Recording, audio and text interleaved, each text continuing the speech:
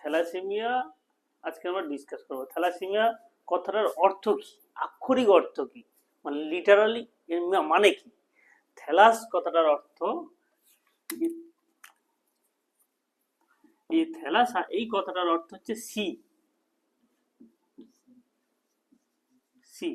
আর ইমিয়া কথাটার অর্থ হচ্ছে ব্লাড।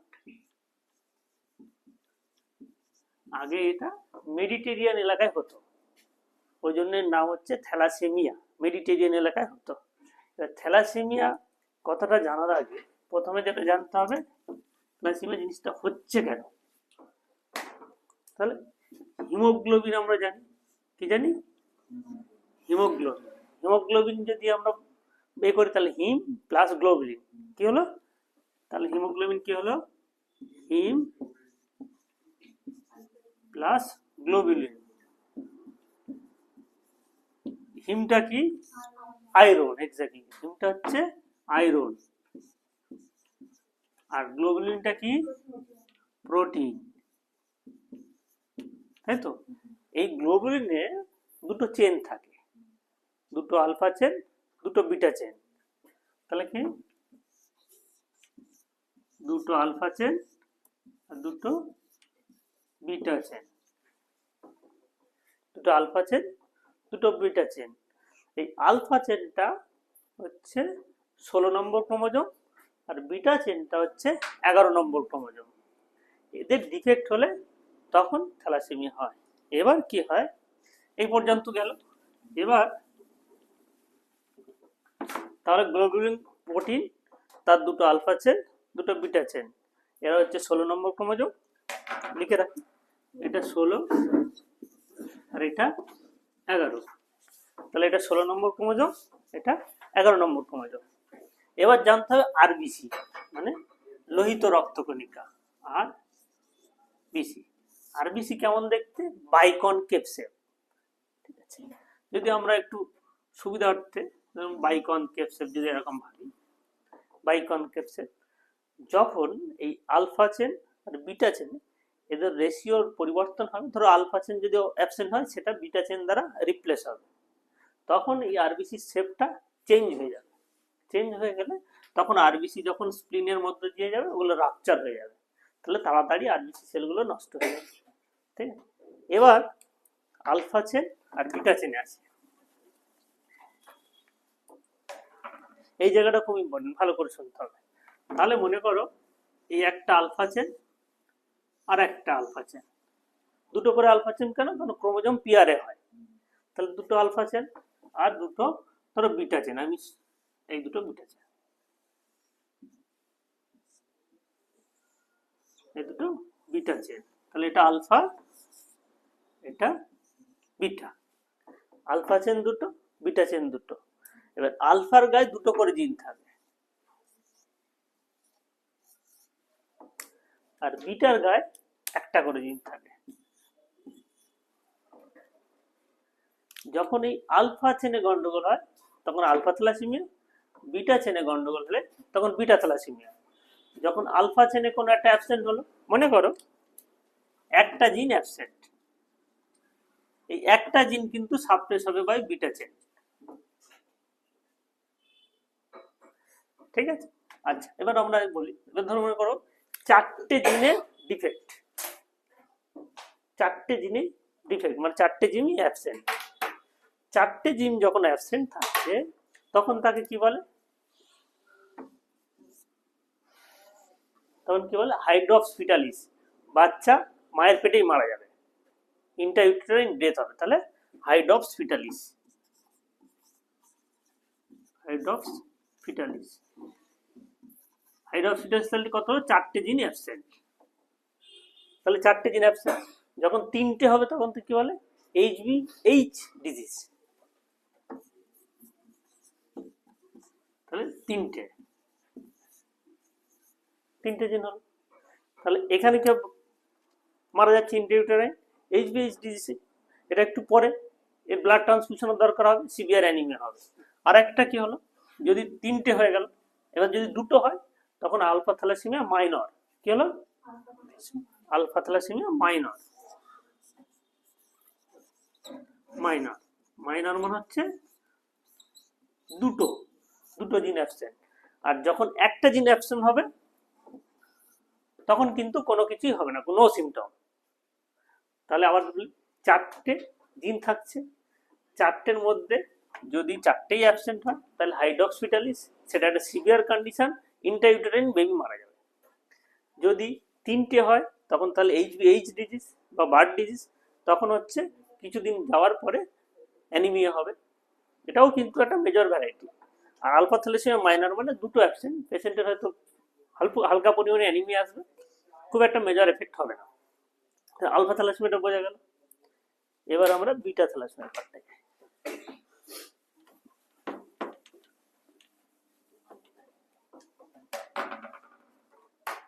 এবারে দেখো এখানে চারটে ছিল, চারটের মধ্যে একটা দুটো গেলে কি যায় আসতো না, কিন্তু বিটা থ্যালাসেমিয়া আমাদের কাছে দুটো আছে। দুটো প্রবলেম মানে দুটোই প্রবলেম, দুটোই অ্যাবসেন্ট, তাহলে তখন কি বলবে বিটা থ্যালাসেমিয়া মেজর। তাহলে দুটো অ্যাবসেন্ট হলে বিটাতে, এবার ধরো বিটা দুটো অ্যাবসেন্ট, তাহলে তাকে কি বলবো বিটা থ্যালাসেমিয়া মেজর। দুটোই অ্যাবসেন্ট তখন বিটা থ্যালাসেমিয়া মেজর। এবার দুটো ডিফেক্টেড কিন্তু অ্যাবসেন্ট নয়, তখন সেটা থ্যালাসেমিয়া ইন্টারমিডিয়েট। তাহলে দুটো আছে কিন্তু ডিফেক্টেড, তাহলে সেটা কি থ্যালাসেমিয়া ইন্টারমিডিয়েট। আচ্ছা, এবার একটা অ্যাবসেন্ট, একটা আছে একটা অ্যাবসেন্ট, তাহলে সেটাকে কি বলবে থ্যালাসেমিয়া মাইনর। মাইনর বা ট্রেট, এটাকে আমরা ট্রেট বলি। তাহলে আবার দেখি, তাহলে দুটোই অ্যাবসেন্ট, দুটোই অ্যাবসেন্ট, তাহলে বিটা থ্যালাসেমিয়া মেজর। বেবি কিছুদিন হওয়ার পর থেকে তার থ্যালাসেমিয়া পোকা মানে দেখা দেবে, তার অ্যানিমিয়া হবে, আর অন্যান্য থ্যালাসেমিয়া যে সিমটম হয় সেগুলো হবে। যদি দুটো ডিফেক্টেড হয় তখন থ্যালাসেমিয়া ইন্টারমিডিয়েট। এই থ্যালাসেমিয়া ইন্টারমিডিয়েট কিন্তু অ্যাবসেন্ট নয়, জিনটা ডিফেক্টেড। আর যদি একটা হয় তখন থ্যালাসেমিয়া মাইনর, সেটা হচ্ছে টেট। এক্ষেত্রে অ্যানিমিয়া মানে শেষের দিকে আসে, মানে খুব রেয়ার সম্ভাবনা। ঠিক আছে, না টেট মানে ক্যারিয়ার নয়, টেট মানে সে থ্যালাসেমিয়া রোগী পেশেন্ট, কিন্তু ক্যারিয়ারটা আলাদা জিনিস আবার। ঠিক আছে, তাহলে আলফা থ্যালাসেমিয়া বোঝা গেল বিটা। তাহলে আরেকবার আমরা ভেবে নিই, তাহলে দুটো জিন, আলফার দুটো চেন, বিটার দুটো চেন। আলফার চারটে জিন, বিটার হচ্ছে দুটো। আলফার যখন চারটেই অ্যাবসেন্ট থাকছে সেটা হচ্ছে হাইড্রক্স fetalis, severe condition, intrauterine death. 2 নম্বর হচ্ছে এইচবিএইচ, এখানে তিনটে অ্যাবসেন্ট থাকবে। আর যখন দুটো থাকবে তখন HBH minor, thalassaemia alpha thalassaemia minor. আর একটার ক্ষেত্রে কোনো সিমটম হয় না। বিটার ক্ষেত্রে দুটো জিন, দুটো অ্যাবসেন্ট থাকলে বিটা থ্যালাসেমিয়া মেজর। দুটো যদি ডিফেক্টেড হয় বিটা থ্যালাসেমিয়া ইন্টারমিডিয়েট, যদি একটা হয় থ্যালাসেমিয়া মাইনর বা টেট। এটা হচ্ছে বিটা থ্যালাসেমিয়া। এবার আমরা এই যে এত ডিসকাস করার উদ্দেশ্যটা কি? উদ্দেশ্য হলো সচেতনতা পাওয়া যে থ্যালাসেমিয়া হলে কিভাবে সেটাকে প্রিভেন্ট করা যায়।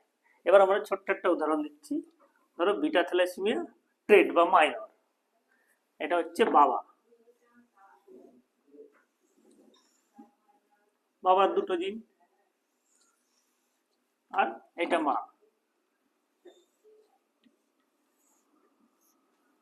মায়ের দুটো জিন।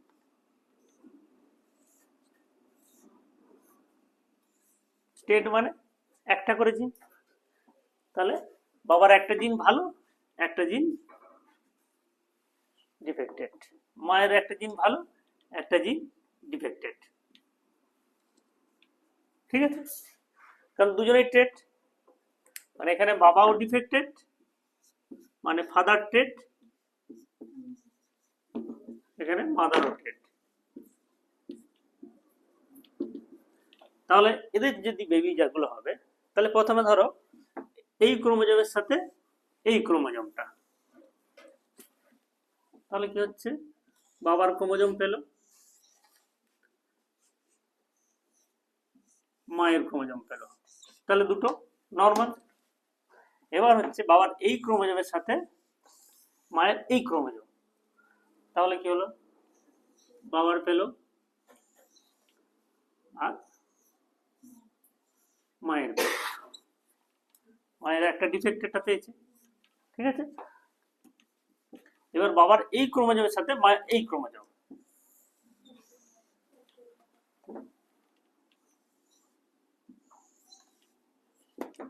এটা বাবার ডিফেক্টেড আর মায়েরটা ভালো।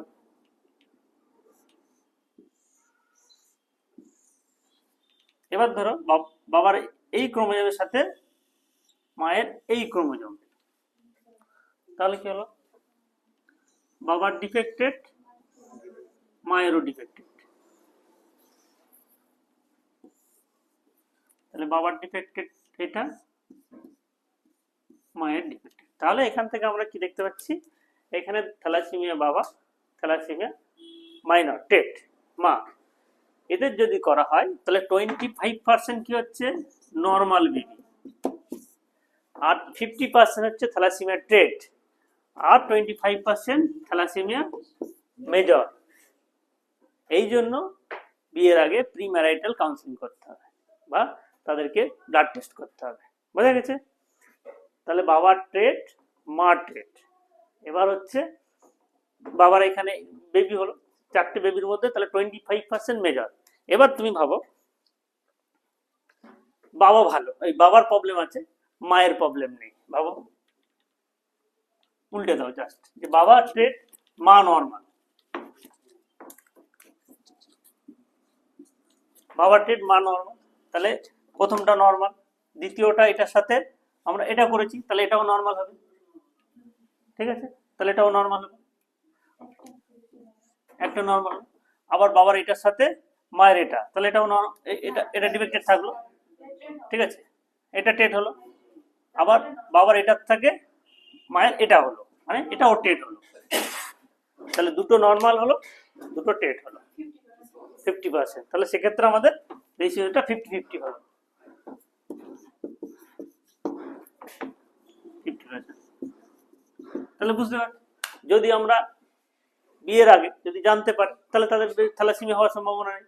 তো এই জন্য আমাদের প্রি ম্যারিটাল ব্লাড টেস্ট করতে হবে, ঠিক আছে। এবার আমরা থ্যালাসেমিয়া হলে কি হয়,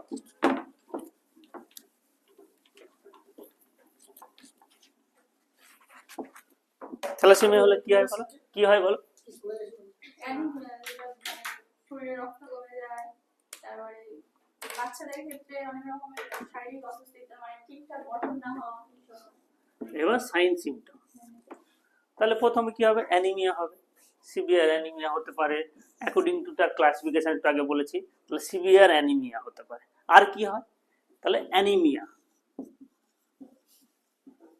বা পেলনেস, চিপ মাঙ্কি ফেস। এবার সমস্ত থ্যালাসেমিয়া সবাই ভাই বোন, সবাই একরকম দেখতে, সবাই দেখবে ভাই বোন, ওয়ার্ডে যেরকম সবাই একরকম, তাহলে ওটা হচ্ছে মাঙ্কি ফেস। এটা কেন হচ্ছে, কারণ হচ্ছে যখন থ্যালাসেমিয়া পেশেন্ট হচ্ছে তাহলে ব্লাডগুলো ভেঙে যাচ্ছে, আরো বেশি করে ব্লাড তৈরি হচ্ছে, তখন এক্সট্রা মেডুলারি যেগুলো থাকে, যে বোন ম্যারোগুলোর এক্সপেনশন হচ্ছে, যার জন্য ওই ফেসগুলো এরকম হয়। আর কি হয়, হেপাটোস্প্লিনোমেগালি হয়, মানে লিভার স্প্লিন বাড়ে। স্প্লিন কেন বাড়ে, যখন এই ডিফেক্টেড আরবিসি গুলো স্প্লিনের মধ্যে যাচ্ছে, গিয়ে ওগুলো রাপচার হয়ে যাচ্ছে, স্প্লিনের মধ্যে আরবিসি সিকুয়েস্ট্রেশন হচ্ছে, যার জন্য স্প্লিন বাড়ে। আর কি হয়, 4 নম্বর গ্রোথ রিটার্ডেশন হয়, মানে যতটা বাড়ার কথা ততটা বাড়ে না, তাহলে গ্রোথ রিটার্ডেশন, ঠিক আছে। আর 5 নম্বরে কি হয়, ডিলেড পিউবার্টি হয়। কি হয়, ডিলেড পিউবার্টি, মানে দেরি করে তার হচ্ছে টিনেজার এজ গ্রুপে যায়, কি হয়, ডিলেড পিউবার্টি। আর কি হতে পারে, এই যে প্রচুর পরিমাণে আরবিসি ভাঙছে, প্রচুর পরিমাণে আরবিসি ভাঙার পরে হিমোগ্লোবিন জমা হয় কোথায়, জমা হয় হার্টে, লিভারে, তার জন্য পেশেন্টের কি হয়, হার্ট ফেলিওর হতে পারে। 7 নম্বর কি হয়, হার্ট ফেলিওর বা রক্তাল্পতার জন্য, অ্যানিমিয়ার জন্য হয়। আর 7 নম্বর কি হয়, জন্ডিস হয়। থ্যালাসিমিয়া রোগীদের একটু মাত্রায় জন্ডিস সারা জীবন থাকবে, 3 থেকে 5-এর মধ্যে সবসময় থাকবে, ওটা বা হবে না, কমবে না। তাহলে এই সাইন সিমটম হলো। এবার হচ্ছে আমাদের ট্রিটমেন্ট। ট্রিটমেন্ট কি বলো? ট্রিটমেন্ট ট্রিটমেন্ট হচ্ছে প্রিভেনশন ইজ বেটার দ্যান কিউর, মানে কাউন্সিলিং করতে হবে, ম্যারেজ কাউন্সিলিং করতে হবে, ব্লাড টেস্ট করতে হবে, ওটাই সব থেকে ভালো। এবার হয়ে গেলে তখন কি করব? কোন ব্লাড দেওয়া হয়? Concentrated RBC. আর বাকি যেগুলো হয়, আর আয়রন চিলেশন করা হয়, আয়রন চিলেশন, আর ফলিক অ্যাসিড দেওয়া হয়। এইগুলো হচ্ছে মূল ট্রিটমেন্ট। এছাড়া তাহলে কনসেন্ট্রেটেড আরবিসি দেওয়া হয়, আয়রন চিলেশন দেওয়া হয়, ফলিক অ্যাসিড। এছাড়া যেমন ধরো হচ্ছে বোন ম্যারো ট্রান্সপ্লান্টেশন, তারপরে stem cell therapy, stem cell therapy. আর কি হয়? যখন স্প্লিন বড় হয়, স্প্লিনেক্টমি করতে হয়, স্প্লিনেক্টমি করতে হয়। তাহলে মোটামুটি এই ট্রিটমেন্ট, এই লাস্টের ট্রিটমেন্টগুলো ওটা আন্ডার প্রসেস। আর মেইনলি এই 3টা করা হয়, এর মধ্যেই আমাদের স্প্লিনেক্টমিটাও পড়ে। ঠিক আছে? তাহলে থ্যালাসিমিয়া তাহলে কি হলো? Prevention is better than cure, এই জন্য ব্লাড টেস্ট করতে বলা হয়।